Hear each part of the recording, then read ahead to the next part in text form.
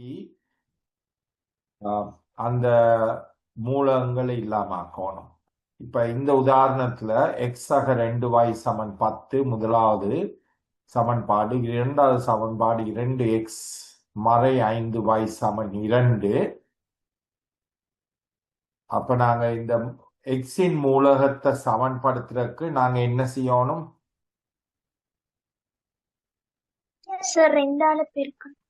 முதலாவது சமன்பாட்டை 2ஆல பெருக்கணும். முதலாவது சமன்பாட்டை 2ஆல பெருக்கணும்னா 2x சக 4y சமன் 20. இது மூன்றாவது சமன்பாடு எழுதலாம். இப்ப இரண்டாவது சமன்பாட்டிலையும் மூன்றாவது சமன்பாட்டிலையும் எக்ஸின் மூலம் சமன். ஆகவே மூன்றாவது சமன்பாட்டிலே இருந்து இரண்டாவது சமன்பாட்டை கழித்தால் 2x மறை 2x 0, 4y மறை 5y.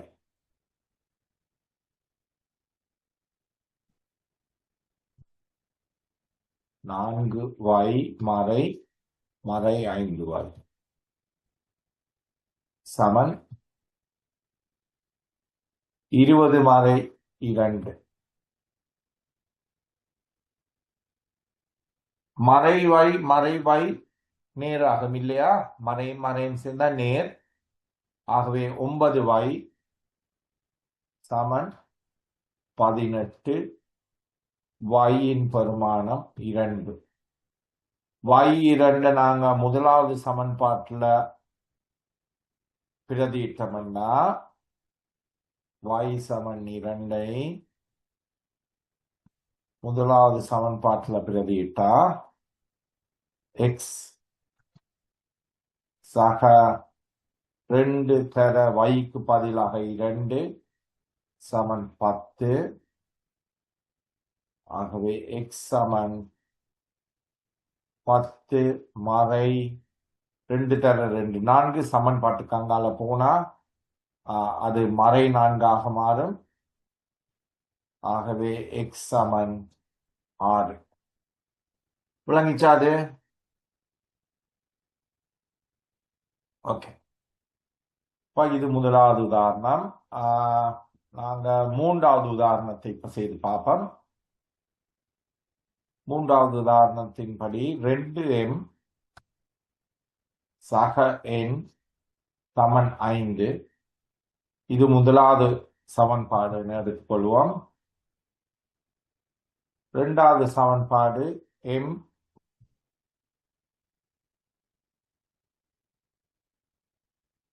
சக 2m சமன் 5 சமன் 4.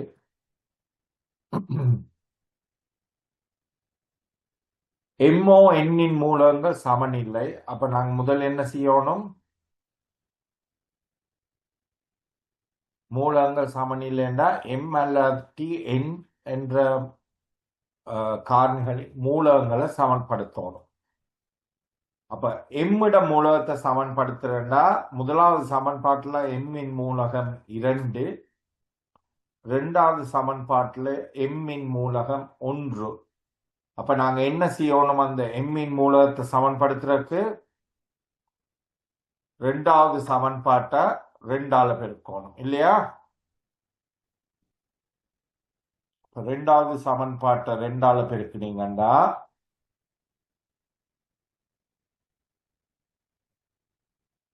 2m சக 2n தர 2 4n சமன் 4 தர 2 8. இப்ப முதலாவது சமன்பாட்டையும் மூன்றாவது சமன்பாட்டையும் எடுத்தீங்கன்னா எம்மின் மூலம் 2, எம்மின் மூலங்களை இல்லாம ஆக்குறேன்னா நாங்க மூன்றாவது சமன்பாட்டிலிருந்து இரண்டாவது சமன்பாட்டை கழிக்கலாம். மூன்றாவது சமன்பாட்டிலிருந்து இரண்டாவது சமன்பாட்டை கழித்தோம்னா 2m 2m இல்லாம ஆகும். 4n மறை n சமன் 8 மறை 5. ஆகவே 3 எண் சமன் 3 எண் சமன் 1. இந்த எண் சமன் 1 நீங்க முதலாவது சமன்பாட்டுல பிரதிட்டீங்கன்னா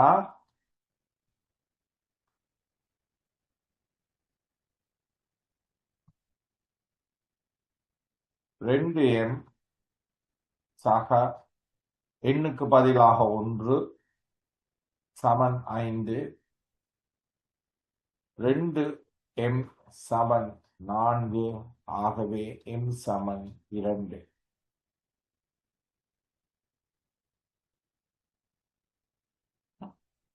எல்லாருக்கும் விளங்கிச்சா? இது யாருக்கு விளங்க இல்ல எக்ஸ்கியூஸ் சார். சொல்லுங்க. சார் அந்த ரெண்டாவது கணக்கு கொஞ்சம் விளங்கப்படுத்துங்க. இது ரெண்டாவதுன்றீங்க, இது இப்ப செய்ததா? ஓ ஓகே, எது இல்ல உங்களுக்கு சார், அந்த விளங்குது? இந்த சொல்லுங்க. முதலாவதுல வந்து ரெண்டாவது கணக்கு எக்ஸ் சமன் 3y. எக்ஸ் சமன் 3y. ஓகே, அதை செய்வோம்ப்பா.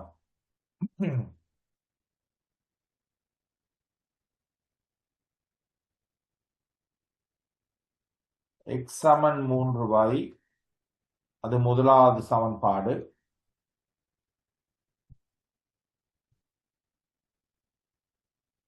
இரண்டாவது சமன்பாடு எக்ஸ் சக 3y சமன் 12. அப்புறம் 2 சமன்பாடு இருக்கு. எக்ஸ் சமன் 3y, எக்ஸ் சக 3y சமன் 12. சரியா? இந்த முதலாவது சமன்பாட்டு எக்ஸ் சக எக்ஸ் சமன் 3y நாங்க இப்படி எழுதலாம். முதலாவது சமன்பாட்டை திருப்பி நாங்க இப்படி எழுதலாம். எக்ஸ் 3y சமன்பாட்டுக்கு இங்கால கொண்டு வந்தோம்னா மறை 3y ஆகும், சமன் 0. இது விளங்கிச்சா உங்களுக்கு? முதலாவது சமன்பாட்டை நாங்க இப்படி எழுதலாம். தில்ஷானுக்கு விளங்கிச்சாது? இப்படி எழுதலாம். அப்படி எழுதுனோம்னா இப்ப எங்களுக்கு 2 சமன்பாடு இருக்கு. எக்ஸின் மூலங்கள் சமன். இப்ப நாங்க ரெண்டாவதுல இருந்து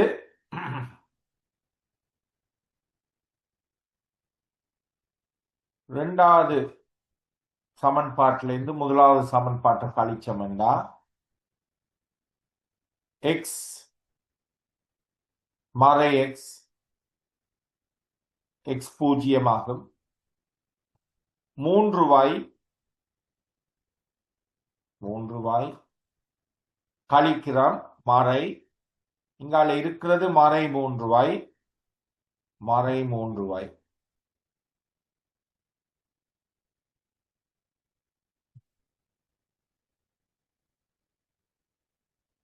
சமன்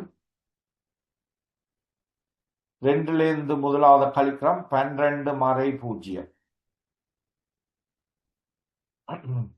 3y மறை 3y, அப்ப அது 3y நேர் 3y ஆகும். மறை தர மறை நேர் சமன் 12. ஆகவே 6y சமன் 12, y சமன் 2.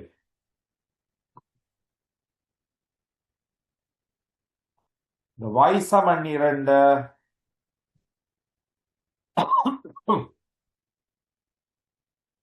ரெண்டாவதுல பிரதிட்டீங்கன்னா எக்ஸ் சக 3 தர yக்கு பதிலாக 2 சமன் 12.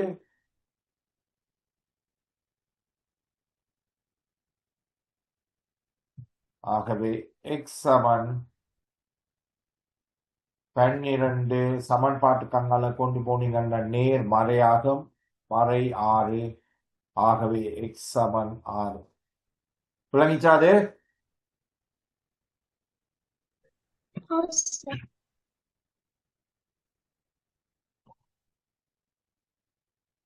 அப்ப நீங்க எல்லாரும் ஹோம்ஒர்க் செய்தீங்களான்னு தெரியல.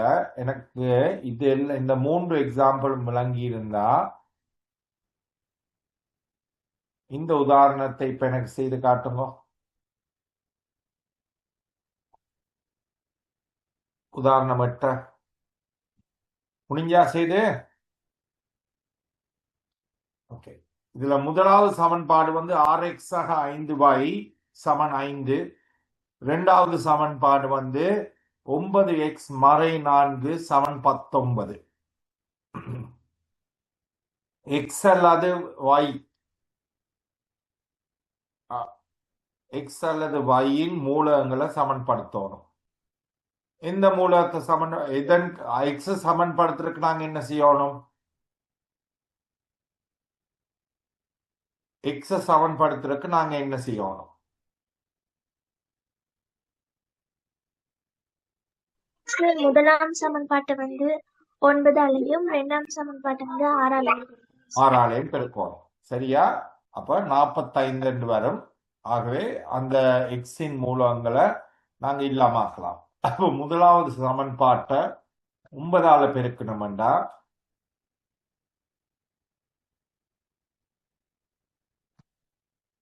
அது 6 தர 9 54 சக 5 தர 9 45 y சமன் 5 தர 9 45. அது மூன்றாவது சமன்பாடு. இரண்டாவது சமன்பாட்டை நாங்க இனி 6ஆல பெருக்கணும்டா 9 தர 6 54. ஆகவே நாலாவது சமன்பாடு வந்து 54x மறை 4 தர 6 24y சமன் 19 தர 6 20 114.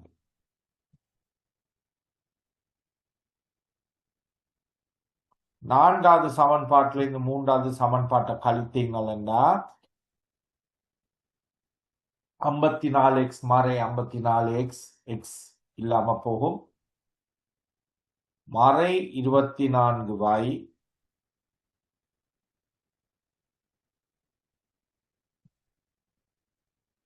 மறை 45y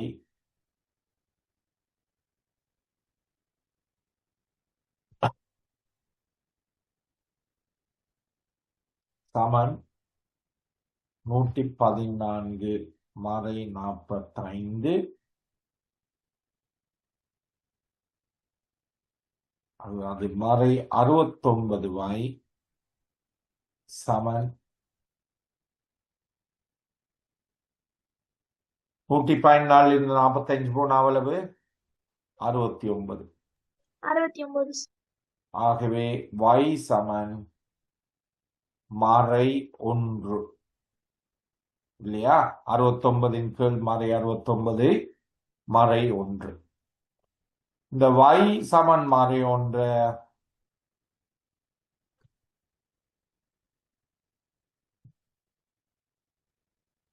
நீங்க முதலாவது சமன்பாட்டில் பிரதிட்டீங்கன்னா 6x சக 5 தர மறை 1 சமன் 5. ஆகவே 6x சமன்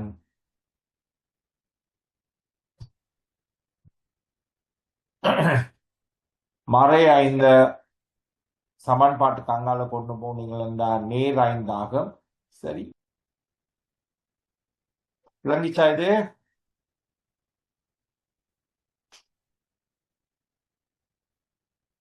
ஓகே,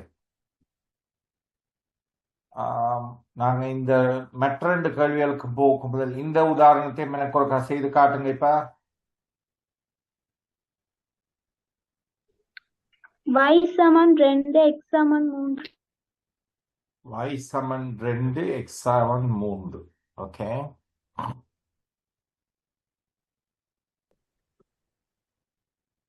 முதலாவது சமன்பாடு வந்து 3x மறை 4y சமன் 8 தர 2 மறை y நேர் 1. இரண்டாவது சமன்பாடு 2 தர 2x சக 3y சமன் 26 மறை y. முதலாவது சமன்பாட்டை சுருக்கணும்னா 3x மறை 4y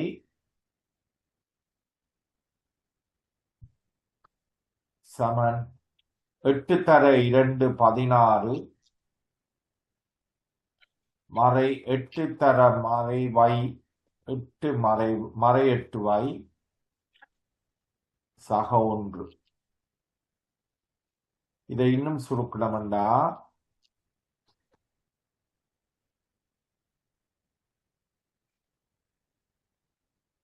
3x மறை 4y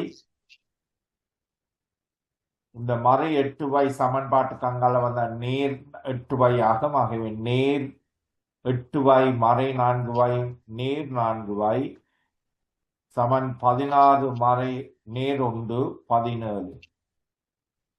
அது முதலாவது சமன்பாடு.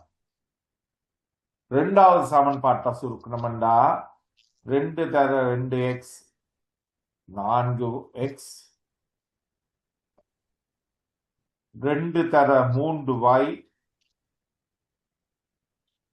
6y சமன்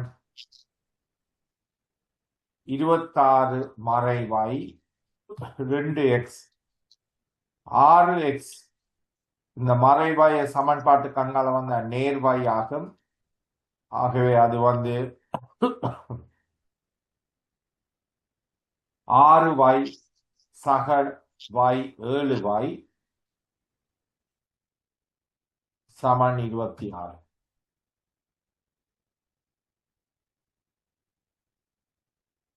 முதலாவது சமன்பாட்டுங்களுக்கு எக்ஸின் மூலகம் 3, இரண்டாவது சமன்பாட்டில் எக்ஸின் மூலகம் 2. அப்ப எக்ஸின் மூலகங்களை நீங்க இல்லாம ஆக்குறதுக்கு என்ன செய்யணும்? முதலாவது சமன்பாட்டை 2ஆல பெருக்கி இரண்டாவது சமன்பாட்டை 3ஆல பெருக்கணும் இல்லையா? விளங்கிச்சாது? ஓகே, அப்ப முதலாவது சமன்பாட்டை நாங்க 2ஆல பெருக்குனா அது 6x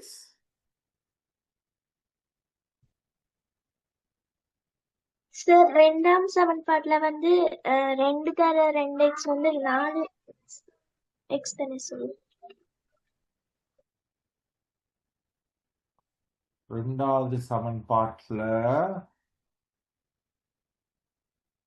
சாரி நீங்க எஸ் இது 4x. ஆமா 2 தர 2x வந்து 4x. Yes, thank you.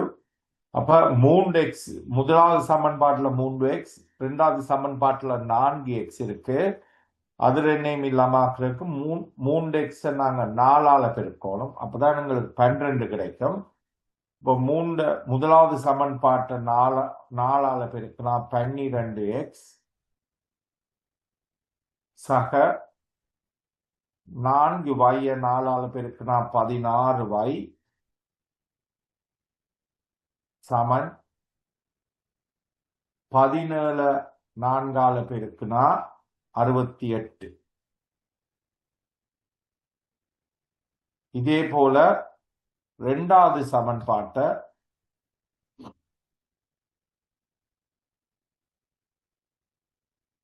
3ஆல பெருக்கினா 12x சக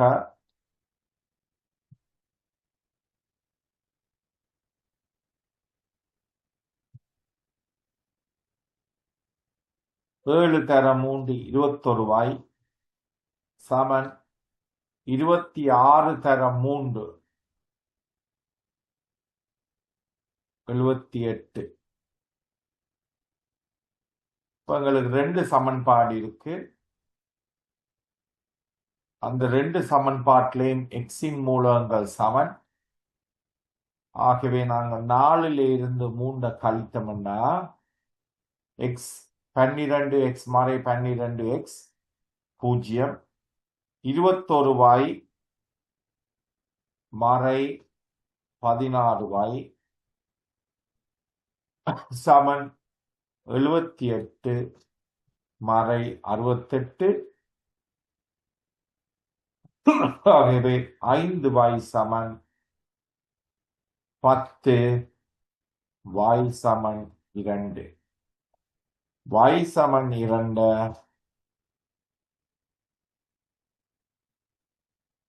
நீங்க முதலாவது சமன்பாட்டுல பிரதிட்டீங்கன்னா முதலாவது சமன்பாடு 3x சக 4y சமன் 17, 3x சக 4 தர yக்கு பதிலாக 2 சமன் 17, 3x சமன் 17 மறை 8. ஆகவே 3x சமன் 9, x சமன் 3. விளங்கிச்சா இது எல்லாருக்கும்? ஓகே, இந்த மாதிரி ஒரு கேள்வியை பார்ப்போம். இது நாங்க முதல் லாஸ்ட் கிளாஸும் செய்றாங்க பார்ப்போம். இந்த இந்த இந்த இந்த கேள்விக்கு நாங்க ஒருங்கமை சமன்பாடு மூலம் தீர்வு காணலாமாண்டு. சிறுவர் மேற்சட்டைகள் 2 காற்சட்டைகள் 3 மொத்த விலை 1150 ரூபாய். சிறுவர்களின் மேற்சட்டைகள் 2 காற்சட்டைகள் 3 விலை 1150. சிறுவர் மேற்சட்டைகள் 3 ஒரு சிறுவர் காற்சட்டையினது மொத்த விலை 850 ரூபாய். அப்ப 2 உதாரணம் கொடுப்படுது. மேற்சட்டையும் காற்சட்டையும் வெவ்வேறு குவான்டிட்டிஸ்ல எவ்வளவு எங்களுக்கு காஸ்ட் ஆகுது என்று உதாரணத்துல கொடுப்பட்டிருக்கு.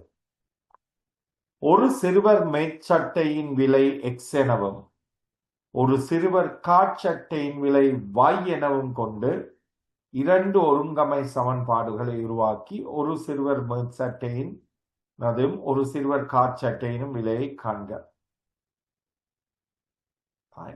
இந்த உதாரணம் இந்த மாதிரி உதாரணம் லாஸ்ட் கிளாஸ்ல பார்த்தனாங்க.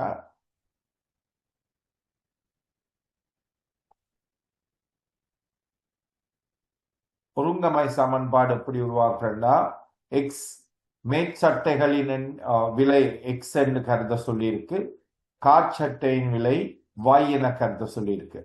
அப்ப முதலாவது உதாரணத்துல எத்தனை காற்சட்டைகள் வேண்டுறீங்க?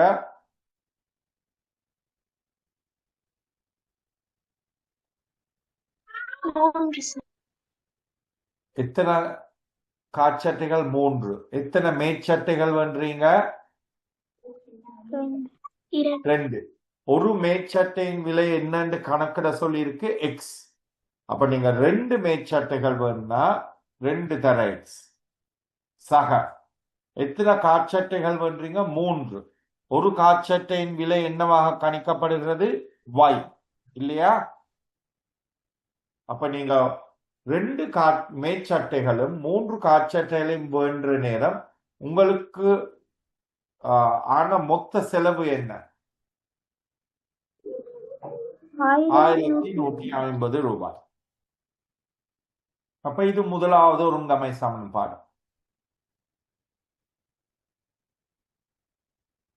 இரண்டாவது வசனத்தை பார்ப்போம். சிறுவர் மேற்சட்டைகள் மூன்றினதும் ஒரு சிறுவர் காற்சட்டையினதும் மொத்த விலை 850. அப்போ ஒரு மேற்சட்டையின் விலை உங்களுக்கு தெரியும் எக்ஸ். அப்ப எத்தனை மேற்சட்டைகள் வேண்டுறீங்க? 3 மேற்சட்டைகளும் ஒரு காற்சட்டையும். அந்த விதத்துல வேண்டியதுல உங்களது மொத்த செலவு எவ்வளவு? 850. விளங்கிச்சா? இதுதான் உதாரணத்துல கொடுத்திருக்கு. இப்ப நாங்க 2 ஒருங்கமை சமன்பாடுகள் உருவாக்கிட்டோம். எங்களுக்கு தெரியும் எப்படி இப்ப தீர்க்கலாம். நாங்க படிச்சிட்டோம் எப்படி 2 ஒருங்கமை சமன்பாடு இருந்தா தீர்க்கலாம். இப்போ முதலாவது எக்ஸின் மூலகம் 2, இரண்டாவதுல எக்ஸின் மூலகம் 3, முதலாவது y-இன் மூலகம் 3, இரண்டாவது y-இன் மூலம் 1. ஆகவே நீங்க எப்படியும் தீர்க்கலாம், எக்ஸையும் தீர்க்கலாம், y-ஐயும் தீர்க்கலாம். இந்த முறை நாங்க y-ஐ தீர்த்து பார்ப்போம். இரண்டாவது சமன்பாட்டை 3ஆல பெருக்குனீங்கன்னா 9x சக 3y சமன் 850 தர 3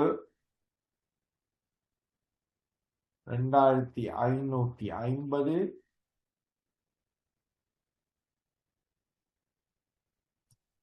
இப்ப y-இன் மூலங்கள் மூன்றாவதுக்கும் முதலாவதுக்கும் சமன்.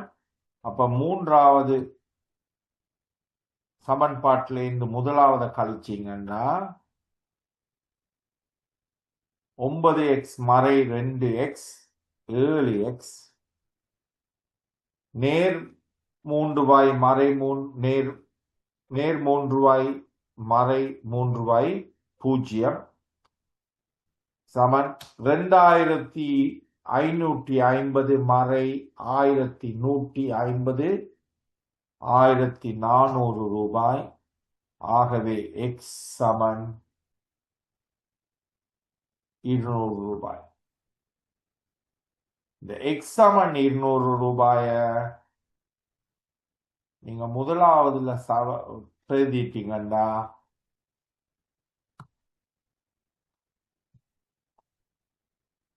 2 தர 200 சக 3 ரூபாய் சமன் 1150 3 ரூபாய் சமன் 1150 மறை 400.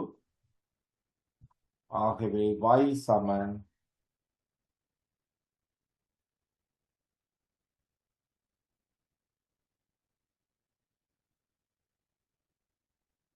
750 கீழ் 3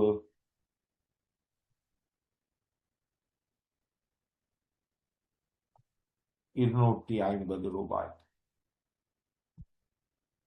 ஆகவே ஒரு மேற்சட்டையின் விலை 200 ரூபாய், ஒரு காற்சட்டையின் விலை 250 ரூபாய். அதை நீங்க இந்த முதலாவது உதாரணத்தை எடுத்து பார்த்தீங்கன்னா சரியான்னு பார்க்கலாம். ஒரு மேற்சட்டை இரண்டினது, அப்ப ஒரு மேற்சட்டையின் விலை 200 ரூபாய்னா 2 வண்ணா அவ்வளவு 400 ரூபாய். காற்சட்டை 3, ஒரு காற்சட்டையின் விலை 250, 3 வண்ணீங்கன்னா 750. அப்ப 750 400 ரூபாயும் 1150. அப்ப எங்கட விட சரி. விளங்கிச்சா? அப்ப உங்களுக்கு இப்ப ஒருங்கமை சமன்பாடு எப்படி தீர்க்கலாம் என்று தெரியும். அதே நேரம் ஒரு கேள்வியில இப்படி ஒரு உதாரணம் கொடுத்திருந்தா அதை வச்சு நீங்க எப்படி 2 ஒருங்கமை சமன்பாடுகளை உருவாக்கி அதை தீர்ப்பதன் மூலம் கேள்விக்கு விடை காணலாம் என்று தெரியும். ஓகேயா? Okay, good. சரி, அப்ப இன்னைக்கு இந்த கிளாஸ் இப்ப இதோட முடிச்சிட்டு அடுத்த கிளாஸ் நாங்க இருபடி சமன்பாடுகளை பற்றி படிப்போம். ஓகே, இன்னைக்கு இப்ப கிளாஸ் முடிப்போம் இதோட. Thank you okay Thank you, sir. Thank you sir thank you Thank you, sir.